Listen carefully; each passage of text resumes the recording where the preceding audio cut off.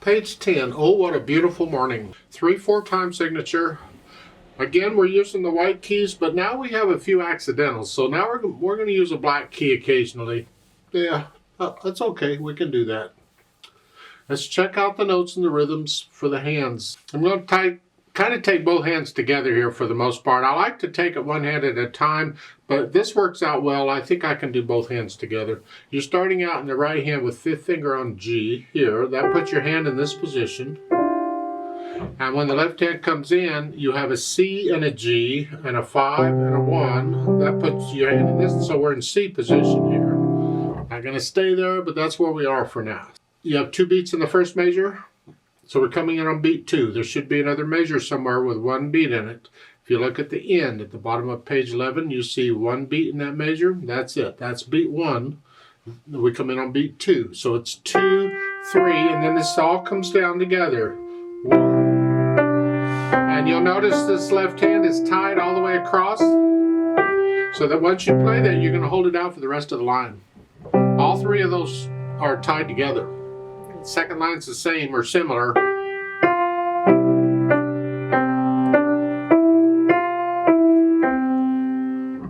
Third line is 2 rests. 1, 2, 3. Could come in on beat 3. 1. And then at the end of the line, you cross over. The left hand crosses over, plays A. Well, it wasn't doing anything anyway, so okay. 3, and then the next line you get a rest, and the left hand still plays those 2 A's. That's what the LH is for, left hand. And then right hand does this, and look at these numbers in the circles. They're the last line on page 10. It's measure 15. Remember the numbers in the little boxes above the staff are measure numbers. So measure 14 is there. You have a 5 right hand. Measure 15, there's a 4 with a circle. The circle isn't really. That's just Faber's way of telling you have to move your hand. So now they want you to use 4th finger here. So you're just coming up 1. And then next measure you do it again, 3, and then a 2. What we wanted to do was we want to change hand positions. I want to go from here to here. And one of the things we do in piano is we take advantage of repeated notes to change hand positions, because we can use different fingers on repeated notes. I do most of the time anyway. Not everybody does, but it's a handy way to change hand positions. It's good exercise anyway. So you're just playing all these G's, and that last, you're doing 5 finger on 3, and then 4th finger, and then 3rd finger, and then 2nd. And we're in position. Isn't that cool? Okay. Top of page 11, the left hand has been here. Now if you'll notice, top of page 11, the bottom staff is now treble clef, because they gave you a treble clef at the end of the last line there on page 10. So now the left hand has to come up here, and you want thumb on the E. So you're going to be in this position. So now we're here. You just go to where the music tells you to go. So the right hand is here, and the left hand is here. And we're doing that. And then we have a B flat. Well, that 4th finger's on B, so I'm just going to use the 4th finger. 2, 3, 1, 2, 3. And that's tied for 2 measures. You get the idea? Let's go down to the last line on page 11. It's here. See, our hands are still in this position here.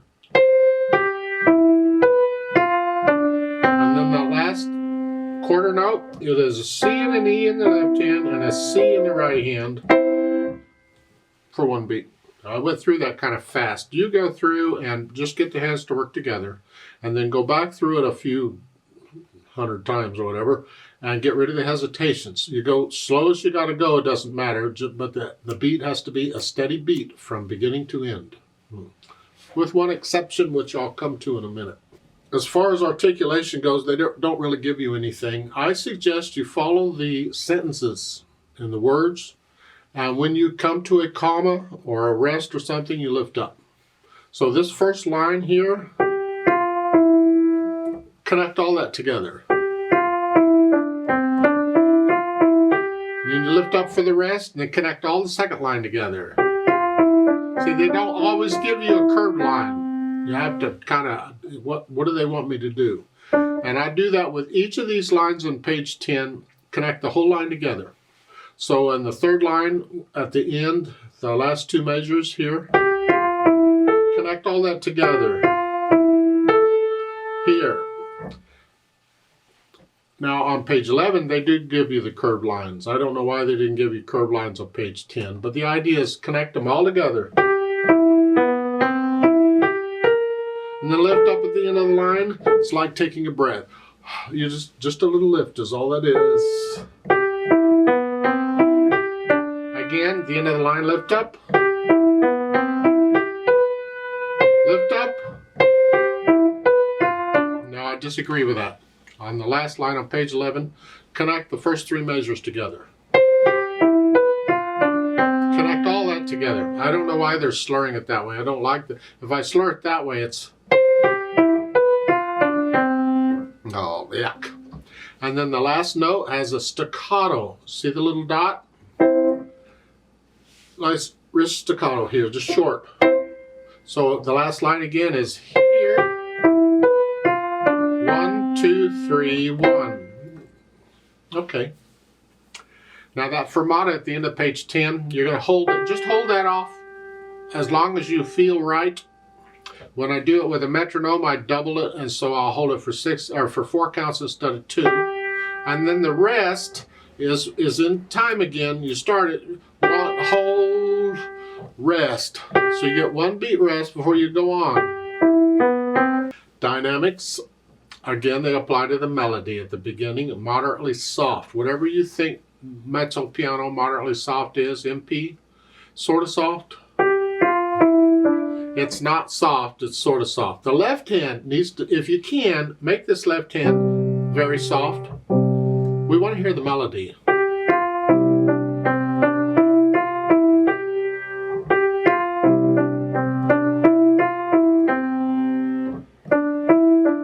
Then the third line, you're going to crescendo up to about a moderately loud.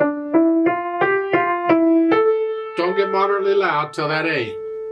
Be careful, and then stay there for the last line on page 10 and get louder going up to loud.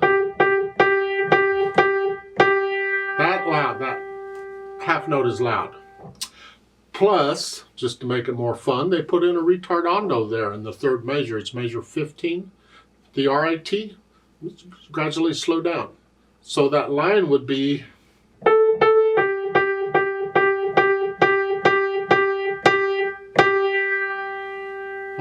And you hold that out until it sounds right, and then 1 beat of rest, and now you're loud. Then on page 11, you're almost loud all the way through because they don't really give you anything else, except there's a crescendo, an arrow there at measure 27. I don't really feel like you need to be ending this very loud, but if you want to, go ahead. You just go up from loud to very loud. You get louder. I think it's better, just don't go beyond loud. We don't want to shout at everybody. Maybe you do want to shout at it. I don't know. So I would start measure 26 at sort of a medium loud, so you can go back up to loud. So just come down a little bit. You're ending the second line like so, and then just come down a little bit, because that's going to die away. So you can come down a little bit, and then you crescendo back up to loud. Right there. And then you can end it loud there. You got to get to know it well enough that you're not thinking about the mechanics and the numbers and the fingers and the counting and all that. You're getting into the music and you're feeling the music, and there you add the feel the dynamics as well. These are just guides they're giving you. As far as the speed goes, you can find recordings of this at all kinds of speeds. It says a slow waltz, whatever that is. 1, 2, 3, 1, 2, 3, 1. How slow is a slow waltz? I don't know. It depends on how much coffee I've had. Who knows?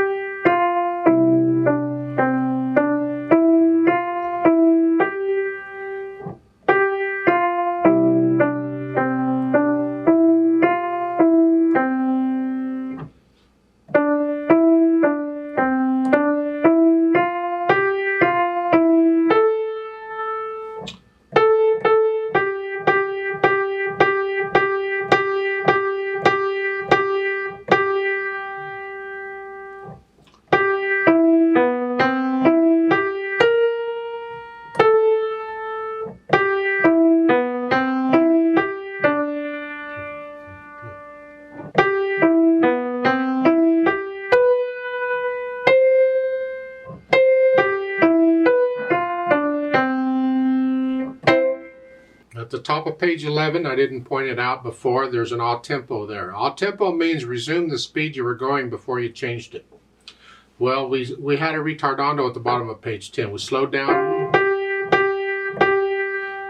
So the odd tempo just takes us back to whatever speed we were going before we slowed down. You know, I'd like to play it with you very slowly to double check the notes and the rhythms. Now this is after you've learned it, so go ahead and get it to where you can play it without any hesitations anywhere, and then play it with me and we'll make sure you have the right notes and the right rhythms. So I'm going to give us 4 counts because it's in 3/4 time. I'll do it 3, plus we come in on beat 2, so we got 1 more for the rest. 1, 2, 3, go.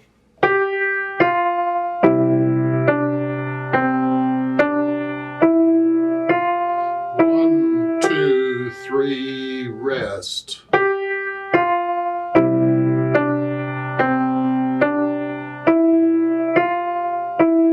2, 3, rest, rest.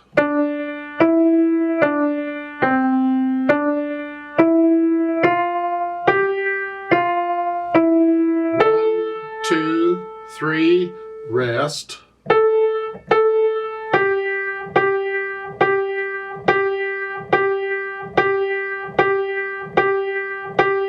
1, 2, hold 2, rest. 1,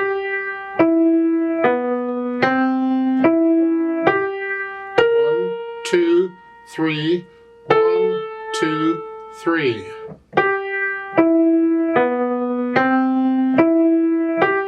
1, 2, 3, tie, 2, 3. 1,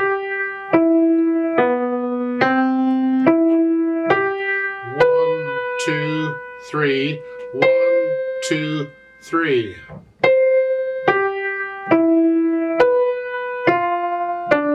1, 2, 3.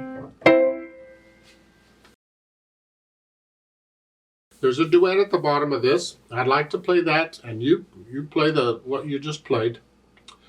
If you have somebody around who can play that, then have them play with you. That's fun too.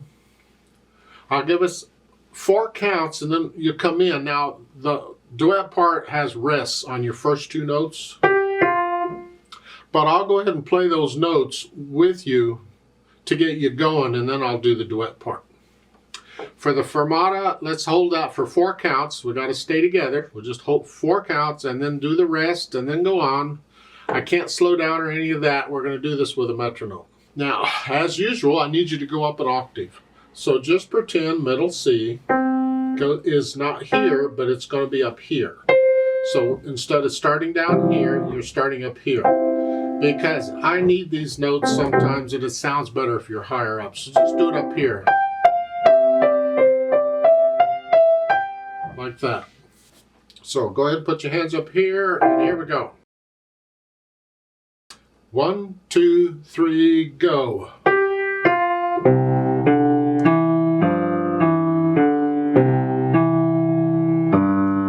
3.